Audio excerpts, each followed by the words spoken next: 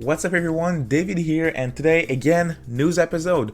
Not a bunch of topics to talk about, but definitely some cool and important topics to talk about. So let's jump right in. First thing that I want to talk about is the good news. So good news is in regards to Shin Megami Tensei Nocturne HD Remastered, who released on the 28th of October, so 2 weeks ago from the time of recording this video.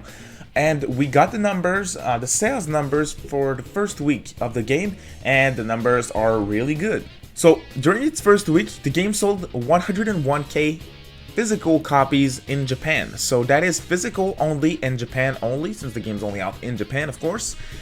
And that's not counting digital sales. And we obviously know that in 2020, in a market like Japan, their digital numbers, are kind of high. So definitely interesting to speculate on how many copies the game sold, but I would think around 150,000 copies if we look at digital also. That's adding 50k copies for digital, so 25,000 on both systems. It is not a lot. I think I'm definitely playing it safe here, but hey, those numbers, they're amazing. I tweeted on Twitter about the numbers. I retweeted the Persona Central article, and we had different talks, definitely talking about the sales of Nocturne and what we thought about that. And there was one person in particular that told me that those were not amazing numbers like that I was making them out to be. So I pulled out some numbers, first week numbers for other Shin Megami Tensei games in their first week in Japan, digitally, physically only as well, of course. And yes, those numbers for a small port, which is definitely not praised by critics, is great. It's even amazing. So the first Shin Megami Tensei game who sold the most is Shin Megami Tensei 4, and the game sold 184k copies in Japan physically in its first week. And then the second game is the original SMT3 Nocturne release, and the game sold 151k copies during its first week. So a remaster like this one is third place. There's no other games in beneath, so that's crazy. Those are great numbers. We gotta look at Nocturne as a port, because the game released 17 years ago, so it's a classic that was remastered, which means that people are excited for it, and it's great. And it's definitely exciting to see those great numbers, because it shows that, again, I said that months ago, SMT5 has so much potential now. People are getting excited for SMT back again, so it's crazy. I'm extremely happy. And you see, Nocturne HD Remastered, and I haven't made a video on the matter. Maybe I will. I think I'll wait for the Western release, but the port isn't a great port. Like, the game is good, don't get me wrong, but the port is not great. Like, the screen ratio is weird at times, like in the menus versus when you play versus in the cutscenes.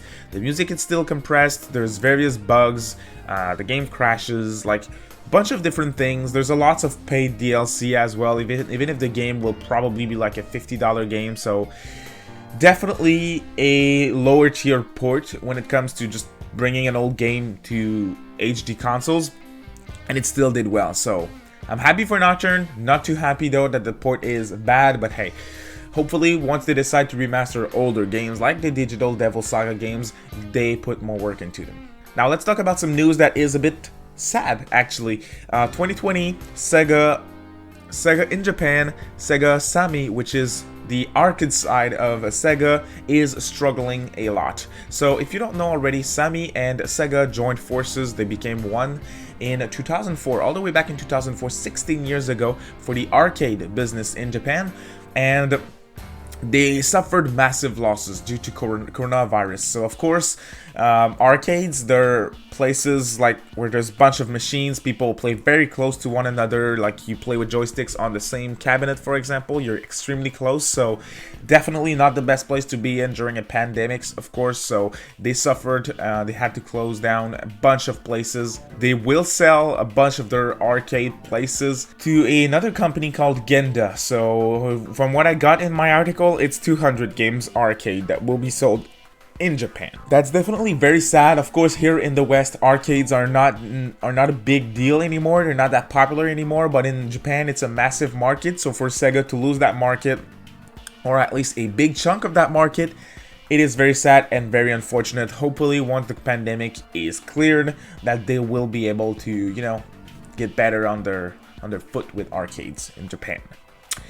In other news in regards to Sega and their financial situation is following the Sega Sammy news and their expectations of losing $96 million by the end of March 2021 because of their arcade business. So it's almost $100 million. It's crazy. They had to ask 650 of their employees to retire voluntarily.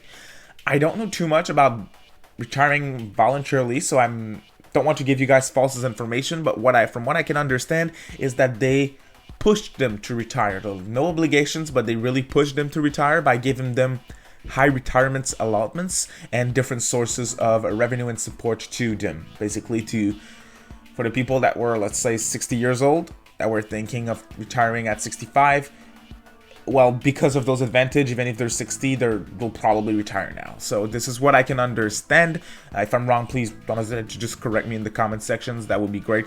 But unfortunately, another decision that was made by Sega that was taken to drastically cut the losses of revenue for the company, and they even went as far as to cut the higher-ups and the executives' salaries to compensate for the losses. Definitely some sad times there in Japan for Sega in general. We know that in their games, like their recent games, they had success with the Yakuza series, with Persona and stuff like that. So hopefully that makes up for those losses, but definitely not a great situation for them in Japan. That's pretty much it, guys, for the news this week. So very calm week when it comes to Atlus and Sega news. But of course, this week is Yakuza Like a Dragon release. So on the day that you're watching this video, actually on the day of release, it is Yakuza Like a Dragon launch day. So I'm extremely hyped. I can't wait to play this game. I don't have my copy here because I pre-ordered the collector's edition of Pixel Love, and they announced that they would delay their collector's edition a month. So definitely awesome for someone like me who was extremely hyped for the day one edition. Yes, I'm a bit salty, but hey, I asked them to refund the collector's edition to me, and I bought the steelbooks at Best Buy. Spencer told me that you could buy the Steelbook Daiichi edition, the regular one, and they send you an additional Steelbook, and I'm all about those Steelbooks, so that's what I did. And hopefully Pixel Love refunds me. I asked them a week ago, and I still didn't hear anything from them. But hey, hopefully they will collaborate. And other than that, of course, we must not forget Xbox Series X is also today, and on Thursday it is PlayStation 5 Day. So for those of you who don't know, I initially, on the 16th of September, after the live stream of the PlayStation 5 showcase, I pre-ordered a PlayStation 5.